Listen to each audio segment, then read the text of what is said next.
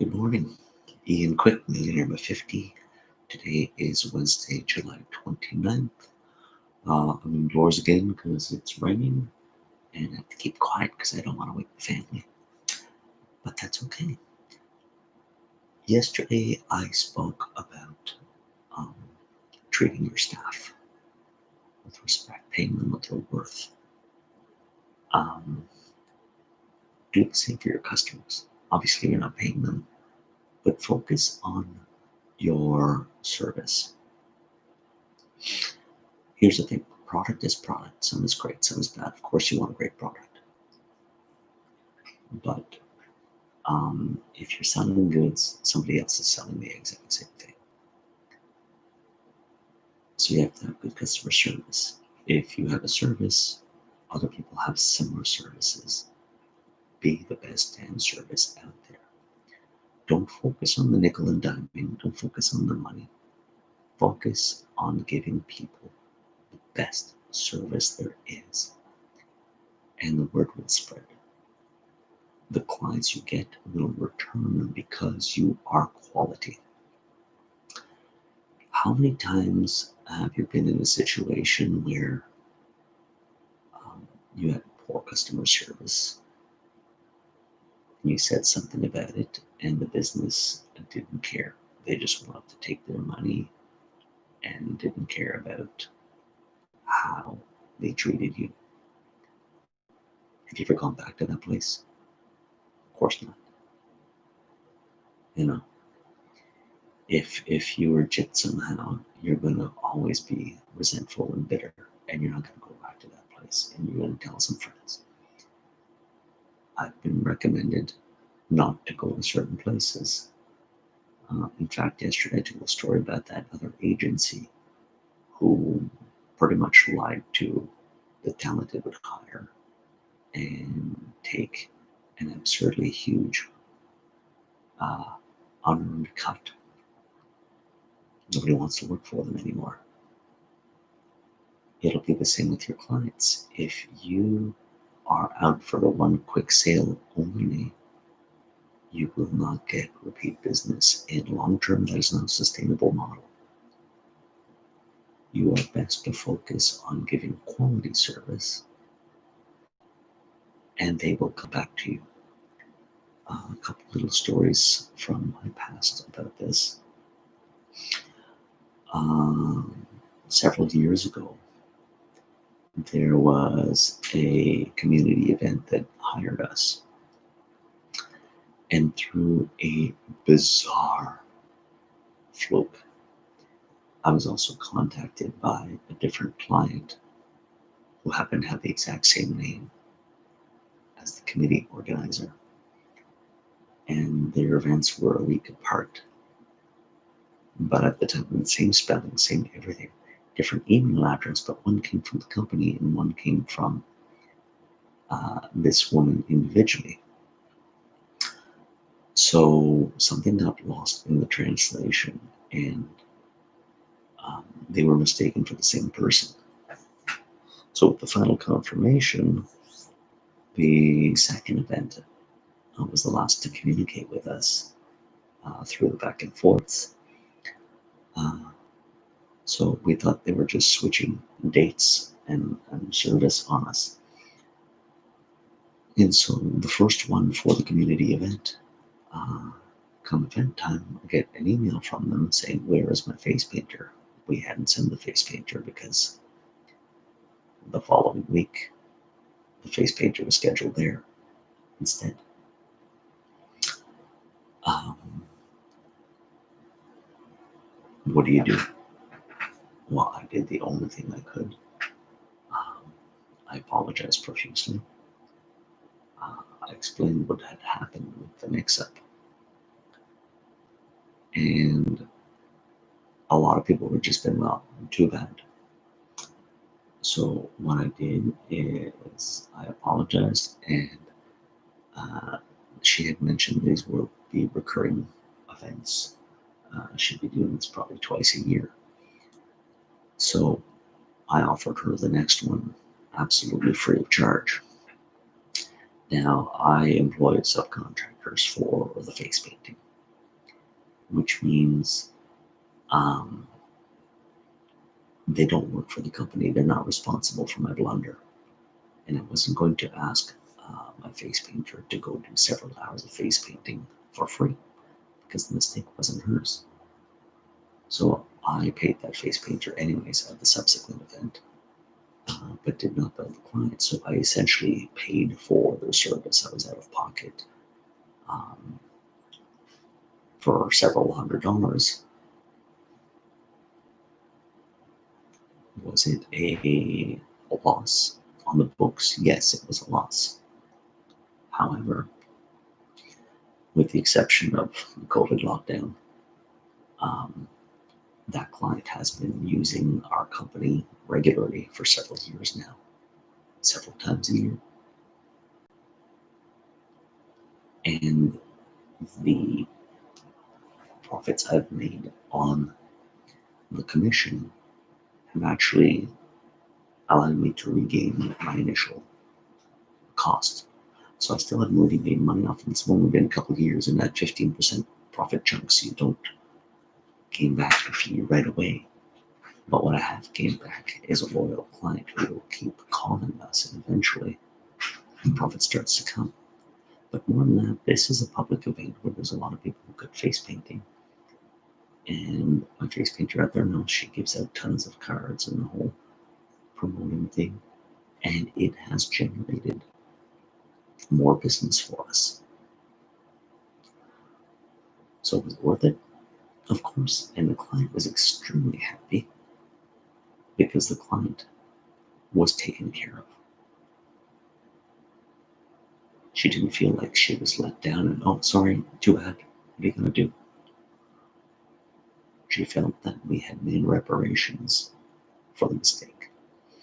And not a lot of people do that nowadays. And because of that, we have gained a loyal ally. Similar story with an event that happened Mother's Day. There's at the same time there's an event locally. There's a walk for to raise money for breast cancer, and they always choose Mother's Day. I think because women are obviously more susceptible to breast cancer. But ever since I've had a child, my wife is like, no, no, no. Mother's Day you spend with us, and I agree completely with her. Before then, she wasn't a mom, so she was okay with me working in the morning, but not anymore. So I sent staff out to do it. This was a balloon twisting event. And 2 seasons ago, 2 Mother's Days ago, I should say. So, well, three really, because 2020 didn't count. So 2018, I sent the balloon twister I usually send for that event, who, Melissa, is absolutely fantastic. She's been with me for years, has always been top-notch professional. This is a 3-hour twisting event. And for some reason on that morning, I think there was a blackout the night before or something, because this was relatively early in the morning. Her alarm clock didn't go off. She'd slept right through. And the client called me and was like, where's Melissa? She's not here.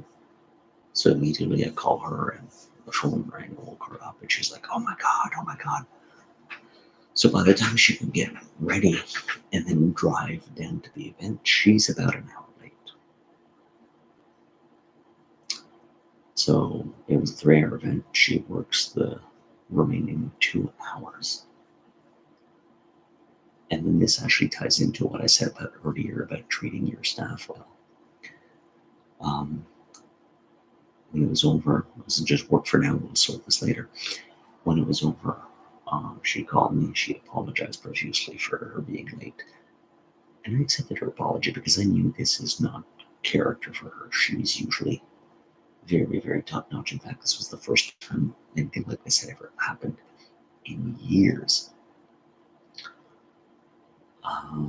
And she was the one who asked, how do we fix this? And I said, well, I'm going to have to talk to the client. But I said, normally when something like this happens, I offer them free uh, service.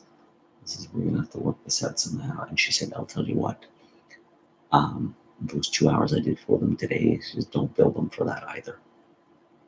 I said, you're sure? She accepted the pay cut because she took responsibility herself for what happened. She was okay with it because I've always treated her very well. She didn't want to let me down, which felt really good, I gotta say. And that allowed me in return to get to the client, explain what happened. The client had met Melissa before, so he knew she was good. And I said, normally, 3 hours. She missed the first hour. Unfortunately, the rate for the remaining 2 hours is would still have been for them $250. And I said, what we're going to do is we're just going to um, not not bill you for those hours. Essentially, we're giving you those 2 hours free to make up for the one lost hour. And the client actually wrote me back. I've got that email somewhere. I don't know if I can pull it up right now, but essentially saying that he understood things happened and he appreciated that we acknowledged the mistake and took control and offered them uh, no charge for it. And he said, you don't often see companies who still offer this kind of customer service. It's much appreciated. And we'll see you again next year. And lo and behold, 2019, we did the walk again. And this year, had COVID not happened, we would have done it again. And I'm sure next year he's going to call us and we're going to do it again. It's great. Great service builds loyalty with clients. Recently, my wife and I ordered some Indian food takeout from a place not too far from here, very delicious. And my wife always gets with the food something called a mango lassi, which is a drink I've never actually tasted it, but she absolutely loves them. And when I went to pick up the food, unfortunately, it's only like 4 blocks from the house. So it wasn't very far. I come back with the food and realize they didn't give us the mango lassi. So I drive right back and I walk in, and the guy who had given me the food recognizes me because I was just there 5 minutes earlier. And I said, well, we're still missing the mango lassi. And he was like, oh my goodness. And he gave me two. I said, oh, it was just one. He goes, yeah, don't worry about it. It was just this way of saying sorry I had to come back. And that was nice. It made me feel appreciated as a client. And, you know, we're going to keep ordering Indian from that place. It's very, very good. Had they said, oh, too bad, because I didn't have a receipt, right? Had they argue with me that they did, or stuff like that, or give me dirty looks or anything, I'd have been like, I don't appreciate this. I don't think we're coming back here. But no, instead they took ownership. They gave great service, and they have loyal customers. And what did it cost them? Practically nothing, pennies on the drink. But they've gained a lifetime of appreciation. Now, had he been focused on, oh, did you pay for this? Let me see, you don't have a receipt, oh, so forth. Had he been focused on the money, wouldn't have worked. Had I been focused on the money with my loyal clients, well, you still owe me for this and too bad for the mistake, it wouldn't have worked. Instead of focusing on the money, I focused on making the client feel good. Now, that doesn't mean you have to let the client step all over you. You also defend staff. We'll talk some other day about that. But when the mistake is yours, or just when you're able to go that extra mile for a client who is deserving, even a regular client, do it. It's what sets you apart from the others who are just out to make a buck. I think that's it for today. It's inspired what I'm going to talk about tomorrow, but that's it for today. I am Grateful for the rain we've had overnight and this morning. It's a welcome relief from the heavy, heavy heat we've had, and I'm sure the plants love it. I am grateful uh, that today I get to thank someone who helped me out over the weekend. I have to go meet them for something, and I get to express my gratitude. And wow, it's very grateful to be grateful. Uh, I'm grateful for my family and that we have a daycare nearby where my daughter can be safe. She is there and have friends and not have to be in lockdown anymore. We'll see you tomorrow.